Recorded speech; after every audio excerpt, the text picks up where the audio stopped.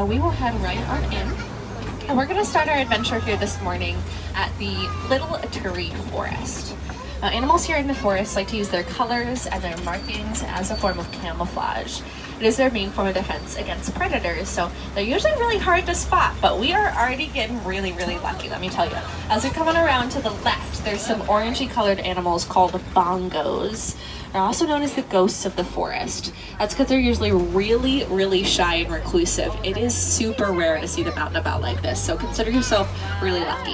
You can say that you've seen some ghosts, or at least the ghosts of the forest.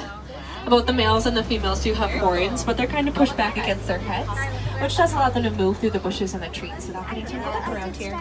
Pretty helpful when you're in the forest, I think. And then to the right, top of that hill, is an okapi. It's got those black and white striped legs, almost look like zebra legs. They're actually not related to zebras at all. They're going to be the only living relative of the giraffe. Now we know this because of their long prehensile tongues and similar skull structures to the giraffe. Usually really shy animals too, so it's kind of cool to see that one. Let's come on around here. And keep your eyes peeled. We've gotten really lucky so far, but usually the animals in the forest are really shy. Ooh, okay, but to the left, tapped against the canyon wall here, you can really only see his rear end, but that's actually a black rhino. The black rhinos, they are pretty solitary creatures. You're really only going to see one or two of them around each other at the same time. It is pretty cool to see one though. There's less than 5,000 of them left in the entire world. They don't really have predators out in the wild, really only as humans that do poach them. Poaching is just a word for the illegal hunting of animals. Oh, and then also hiding in the bushes on the right, I know these guys are really hard to spot, but they're kind of a tan or beige colored animal called greater kudu, second tallest antelope in the world.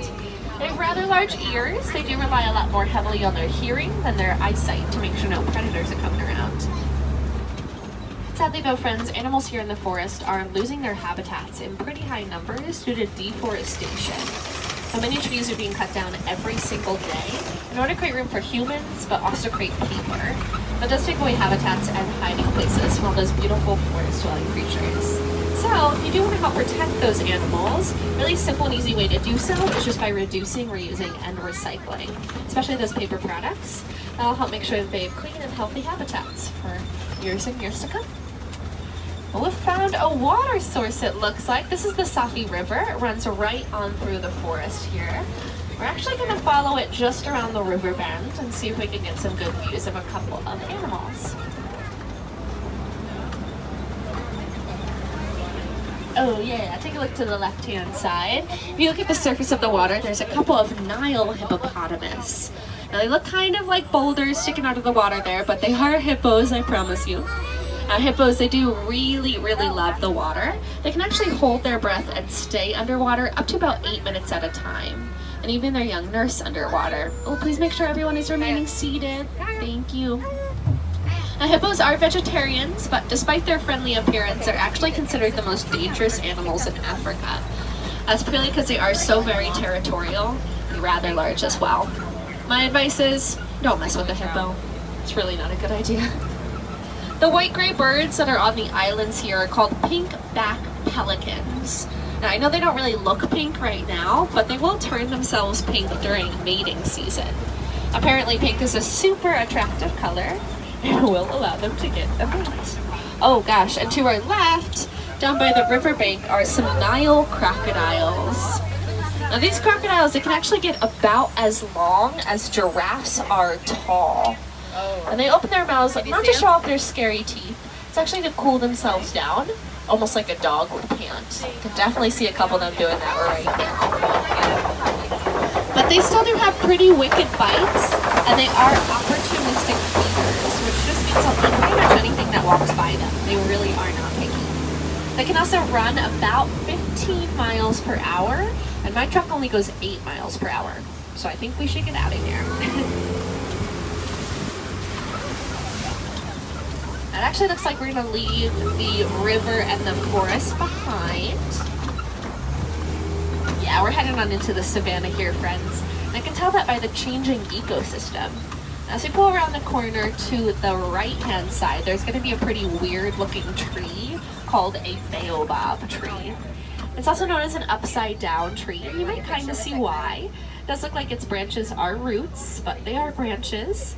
They stay leafless about 9 months out of the year in order to conserve water. But with that being said, we'll head down the hill here into the Serengeti grasslands of the savannah. Ooh, I'm already spotting a couple animals kind of off into the distance here, but we'll actually wind our way through and see if we can get a little bit closer to a few of them.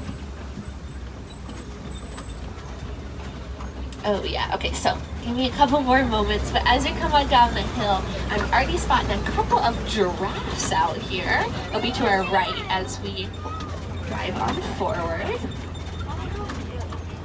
Now giraffes, they do have that same long prehensile tongue as that okapi did in the forest. Like I said, they are related, they're cousins. Now giraffe tongues, they can actually get long enough that they can reach back and lick their own eyeball. Kind of weird, right? Anywhere from about 16 to 20 inches long. It's pretty crazy. I don't know if they're licking their eyeballs very often, but they could if they wanted to. And it does definitely help them munch on all of the leaves that are around here though, that's for sure. But I'm seeing lots of giraffes out there, friends, so if you're not getting a good photo of them just yet, give me a couple more moments. I'm gonna wind our way up there and stop a little bit closer, hopefully to some that are closer to the side of the map here.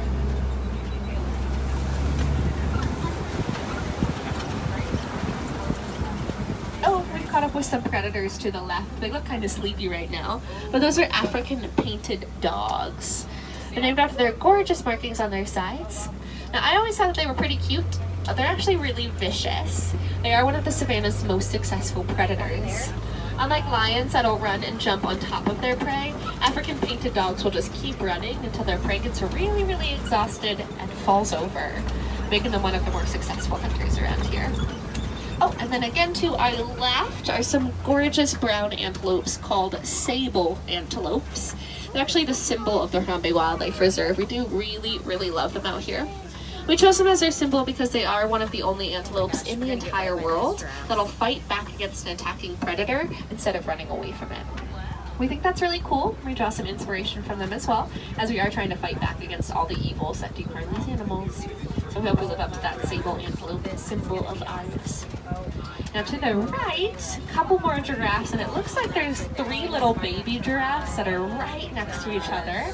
Really, really cute. Now a group of giraffes is actually called a tower.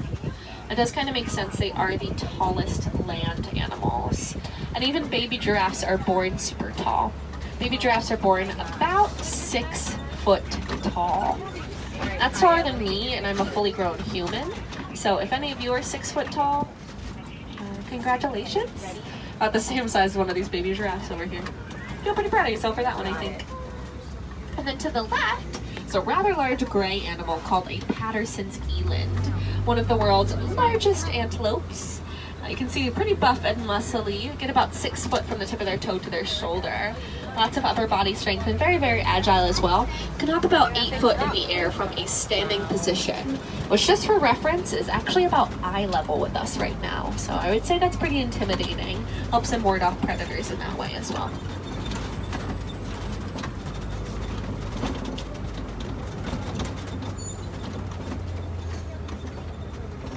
Looks like we might get a little close to it and kind of walk in our direction.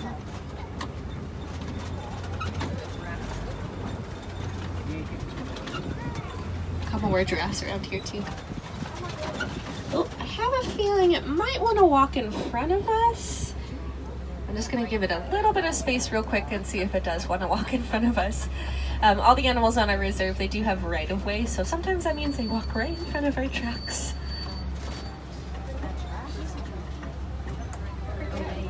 We'll see a lot more giraffes up here too. Oh, there's actually a female Patterson's eland up on the right-hand side, so they're probably staying pretty close to each other. We'll get a little closer to some more giraffes here. Oh, we're gonna get really close to this one to the right, friends, so please do not reach out to it or call out to it in any way. Again, we are visitors in these animals' homes, so we don't want to disturb it, make it uncomfortable. But great views for you all.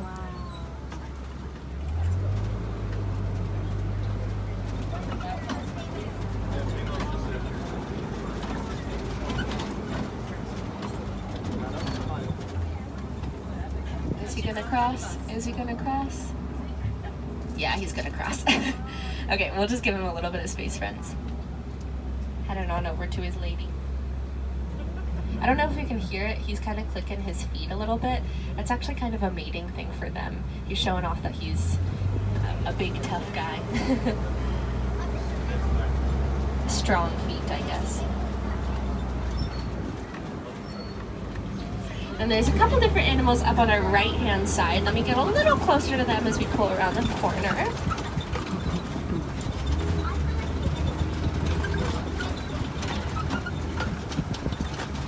First, the reddish-brown ones with the massive horns are called Ankole cattle, also known as Watusi cattle, named after the Watusi tribe that did first domesticate them here in Africa. And then the tiny, tiny little ones are called springboks. They are one of the world's smallest antelopes. They're kind of on the opposite end of the spectrum of the Patterson's humans that we saw. They get the name springbok from their ability to jump super high. They can spring about 6 foot in the air, leap about 13 feet forward, and run about 55 miles per hour. That's only 5 miles per hour slower than cheetah run at their very top speeds. Now here to the right are a couple of African elephants. Look at them. It looks like it's just 2 of them over here, but elephants, they are very, very social animals. They hang out in groups called herds. So as we did see 2 of them, there's probably a couple more not too far away. So we'll keep on winding our way through here and see what other elephants we might be able to spot. Pretty cool to see these 2. Where'd that other one go? Oh, behind the trees. Let's come on around.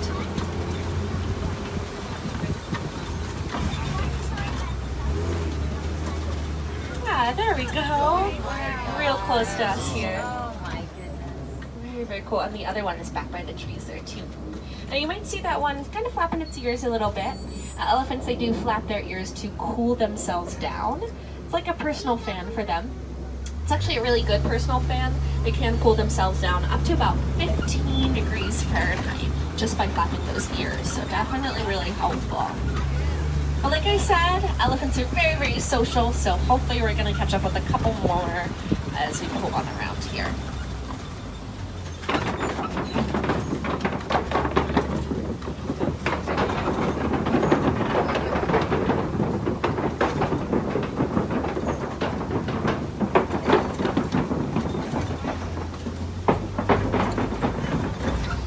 Looks like we're gonna head right on through some red clay pits here, which is actually a really popular hangout spot for those elephants.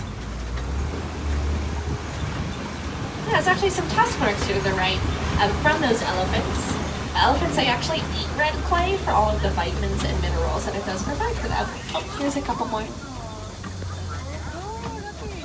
Sadly though, elephants, they are being poached in pretty high numbers for those tusks. They are made of ivory, so many people do poach them for that ivory. It's actually estimated that about 96 elephants every single day are poached for their tusks. Now, if you do the math, that's actually about 1 elephant every 15 minutes. That's obviously a really, really high number and a really, really sad number. It's also a kind of hard number to keep up with, especially as the length of an elephant pregnancy is about 22 months long. That's almost 2 years. It's the longest pregnancy of any mammal. But don't worry, friends, there is still hope. There's lots of very easy ways for you all to help protect elephants. Very simply is just by not buying ivory. Unfortunately, there is still definitely a trade for it going on. So if you don't buy it, you won't support that trade. Another really great way to do so is actually just by recycling your old cell phone and laptop batteries when you're done using them. There is a mineral in those batteries called coltan, which is found in the habitats of African elephants. So unfortunately, electronics companies are kind of going into those habitats and basically destroying them to gain access to that coltan, which does of course harm those elephants as well.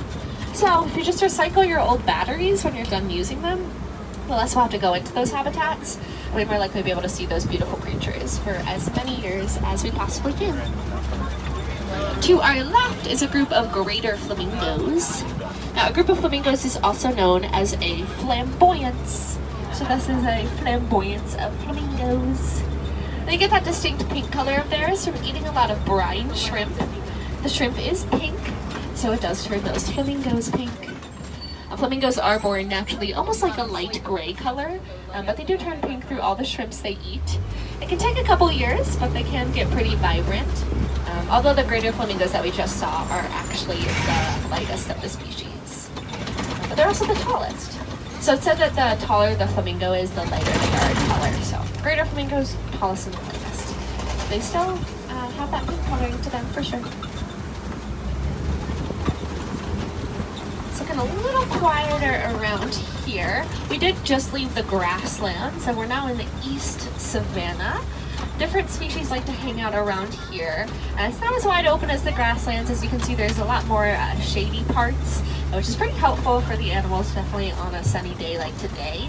So we'll keep our eyes peeled. A lot of them might be hanging out where it is a little shadier. Oh, actually to our right, up on the top of the hill, are my very, very favorite animals, a couple of white rhinos. Let me come around the corner though.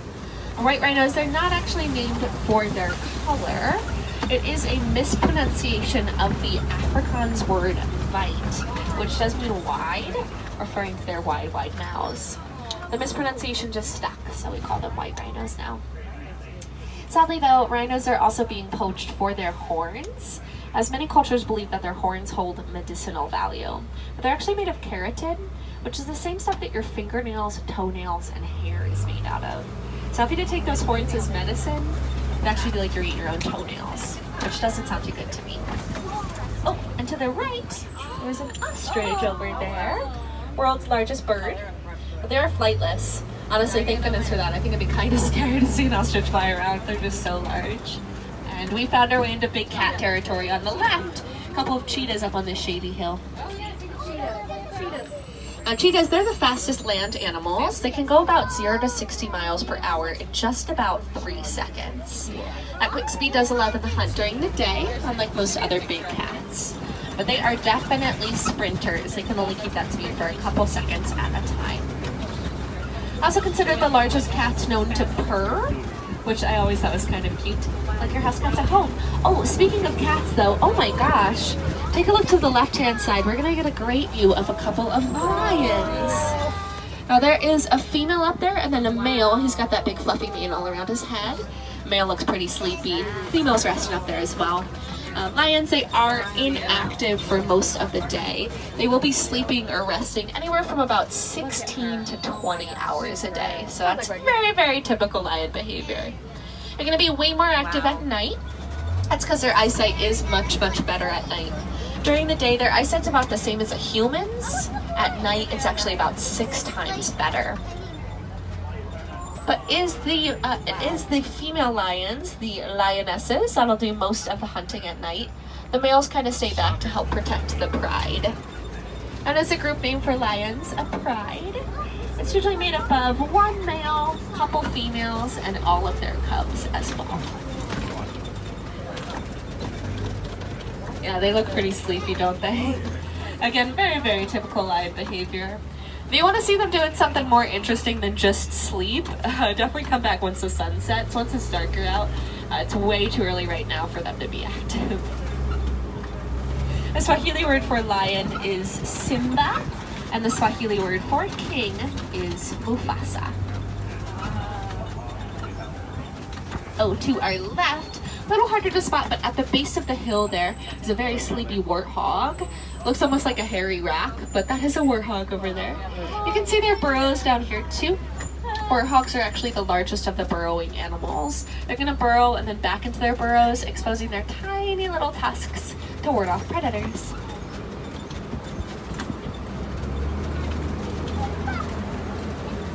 Actually looks like there's a nest of ostrich eggs underneath the tree on our right-hand side. And then there's 2 smaller brown animals there too. Those are bontebocks. Bontebocks are actually considered extinct in the wild. You're only going to see them on reserves like ours. They're really, really heavily poached for their beautiful coats, which are kind of a chocolatey brown color, but have a bit of an iridescence to them. They'll turn purple or red in the light. At one point, there was only 17 bontebocks left in the entire world. But thanks to some conservation, they're coming back in some numbers, but still only on protected lands like our reserves here. But we're going to leave the savannah and enter the last and newest area of our reserve. We did expand just a little while back, all thanks to the Disney Conservation Fund. This area is known as the Magadi Glen. Now, as this is the newest area of our reserve, lots of animals have not found their way over here just yet. Haven't realized that it is actually a safe place for them to hang out. So it's usually a bit more quiet, but I will keep my eyes peeled for you all. Let's see.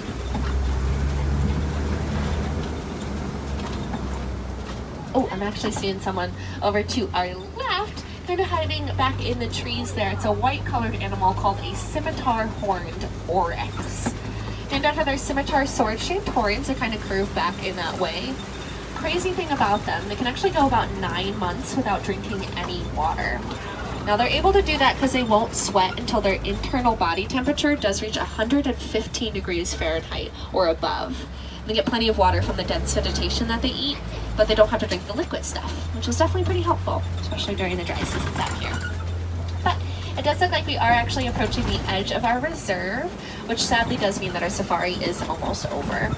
But you all are always welcome back here on Harambe Wildlife Reserve and back again on Kilimanjaro Safaris. Now, every safari is different. The animals do make sure of that. Like I said, definitely come back for another safari during a different time of the day, as many of those animals are way more active or way more vocal at night, including those lions as well as hyenas. But if you're looking for some more animals right this very instant, I definitely recommend the Gorilla Falls Exploration Trail. It's going to be just down the hill as you exit here. Lots of really cool animals over there. Actually heard that there are some baby meerkats, as well as a 4-month-old baby gorilla